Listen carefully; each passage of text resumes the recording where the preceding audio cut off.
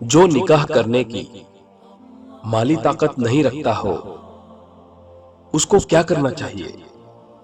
ए, जिहाद करना चाहिए। बी, रोजा रखना चाहिए। सी, हिजरत करनी चाहिए। डी, इत्काफ करना चाहिए। और इस सवाल का सही जवाब है बी, रोजा रखना चाहिए। रसूलुल्लाह सल्लल्लाहु अलैहि वसल्लम ने फरमाया, ए नौजवानों की जमात, तुम्हें जिसे भी निकाह करने की माली ताकत हो उसे निकाह कर लेना चाहिए, क्योंकि ये नजर को नीची रखने वाला और शर्मगाह की हिफाजत करने वाला अमल है।